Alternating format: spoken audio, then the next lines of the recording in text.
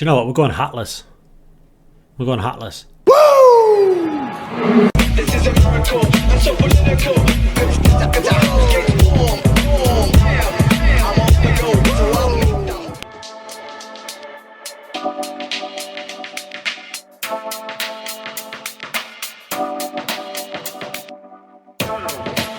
We are well into the season of Club 2, FC Copenhagen on chasing trophies. Things as they sit are going not too bad at all. Some interesting transfers in. Let's have a little look.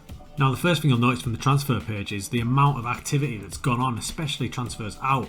Now a lot of that was out of my hands. It was before I got here. I joined the club 4 games into the season, I think it was, so a lot of business had already been done. Now, unlike Club Brugge, this Copenhagen team was not blessed with great technical players, so we've had to change things up a little bit. So we're not playing the same way we did with Club Brugge, which is quite fine by me, because each club I go to, I like to do a different tactic on it and hopefully gain success that way. Now the main transfers that we've bought in for the first team are some lads that you're going to recognise. The main signing for the team is Gabriel Martinelli from Arsenal on loan.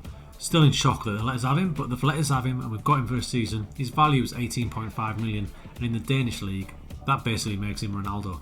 Raided Liverpool as well, and we've got Harvey Elliott in on loan. In real life, he's away at Blackburn at the minute, doing okay, so I expect good things from him. As you see from his attributes there, he's got everything you need. He's going to be on the opposite flank. As I said, we're playing slightly differently to the way we did at Bruges, where on Bruges we had one wing as an out-and-out winger. This time we're using 2 inverted, so we're playing a lot narrower. So Harvey Elliott on one side, Martinelli on the other, and forming the third prong of that free attacking midfield triangle is Andre Anderson. Bought in from Lazio for not a lot amount of money, and he's got everything I need to play in the hole there.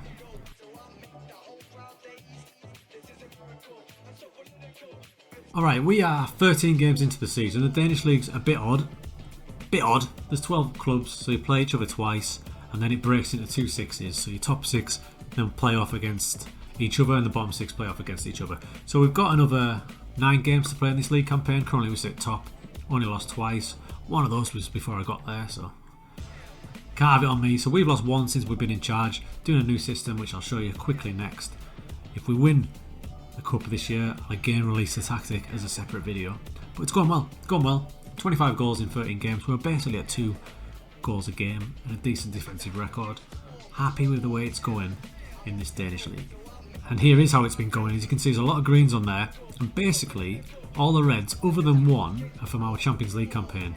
So we're doing bits in the Danish league, but as soon as we come up in the Champions League, we're getting kind of trashed. FC Bayern 4-0. They were 4-0 up after 22 minutes and it stayed that way. Man United have just done us twice, 0-3 and 1-3. We did manage to beat PSV away from home, excuse me, so that's kind of our level. So we might end up qualifying for the Europa League out of that Champions League, which gives us another shot at a trophy, but we'll see. But the main thing we're concentrating on is obviously, like Club Brugge, is the Danish League and Danish Cup.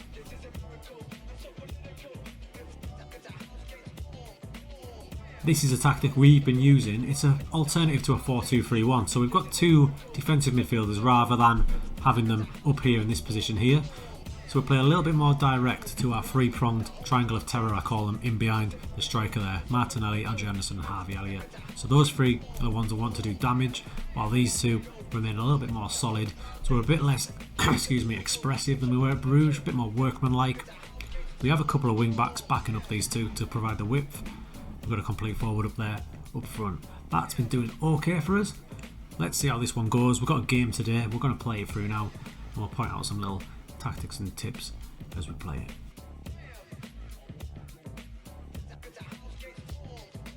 So it's Brøndby today. We are playing Brøndby, who are also a bit of a superpower in Danish football. Going to be a big game. I think they're lying in 3rd position, so this will probably be the toughest game that we've got till the end of the season. There's the lineups on this kind of cool team sheet that we get given.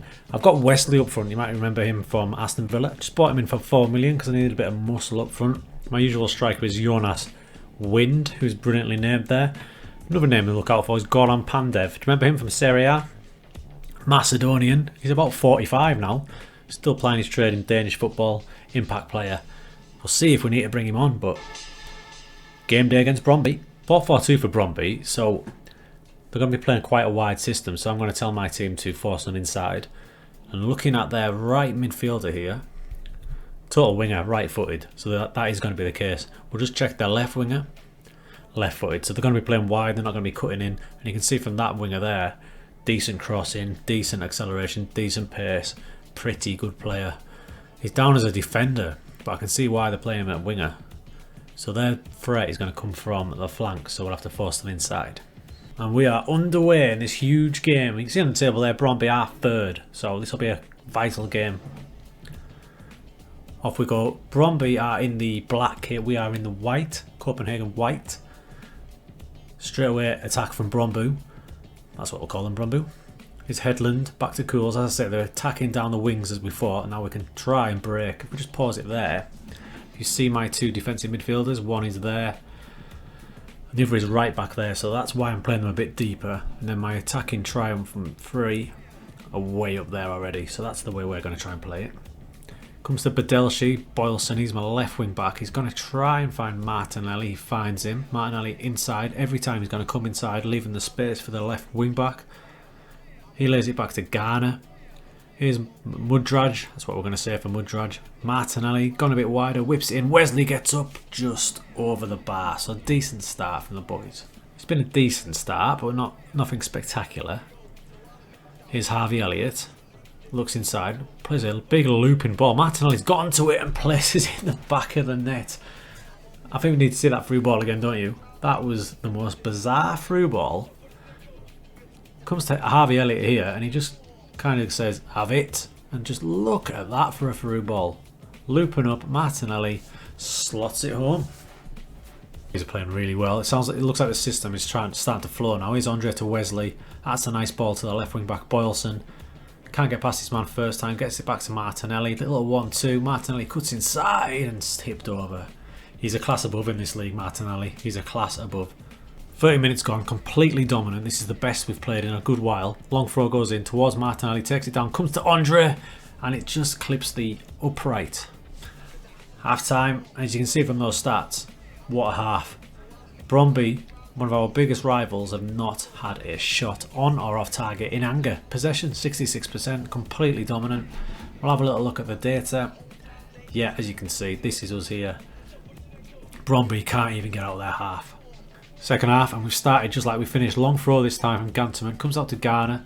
Martinelli, back to Garner, slots it in. Garner's third goal of the season, on loan from Man United youth team. And all three have been like that, outside the box. Nice start to the second half, big long throw in. There's still a place for long throws in this game. Martinelli, 1-2 with Martinelli to Garner, drills it to zip. Bromby in our half, for once. 70 minutes gone, they're in our half. Rosted, it looks like forcing them back. System's working really well. Here's Vigan, Radzovic. Can we keep them back? Young plays it up the top. No joy, thank you very much. Cleaned it up. Great team performances. Here's Martinelli. He's currently on an 8.5 rating. That's how well he's playing. He's just gliding through the defence. He's still going. He hits. And Calgren just keeps him out. I did say he was basically Ronaldo in this league, and he's showing it. Big hoove up front. Goes to Pavlovic. Radzovic, Vigan. Laird takes it off him. Here goes Harvey Elliott with a pace on the counter that we wanted. Still going. Nice through ball to Wesley. Wesley tucks it in. That is ideally what we want to do. Counter attack, fast, pacey players. Harvey Elliott there picks it up. Wesley just about gets there. Look at him, he's chugging along, but that's a lovely through ball from Elliott. Wesley slots it in. Great performance this. Man, look at those ratings. They have played fantastically. 20 shots as well. 64% possession. This has been a great performance. Full time, whistle goes. Looks like the system is starting to fire.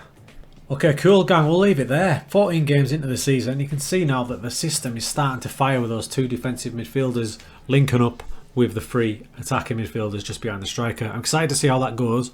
We're going to play the season basically out now. We'll probably come back if we manage to get to a cup final or a decisive league game and see if we can drop a couple more trophies into the cabinet, and then obviously it'll be time to move on.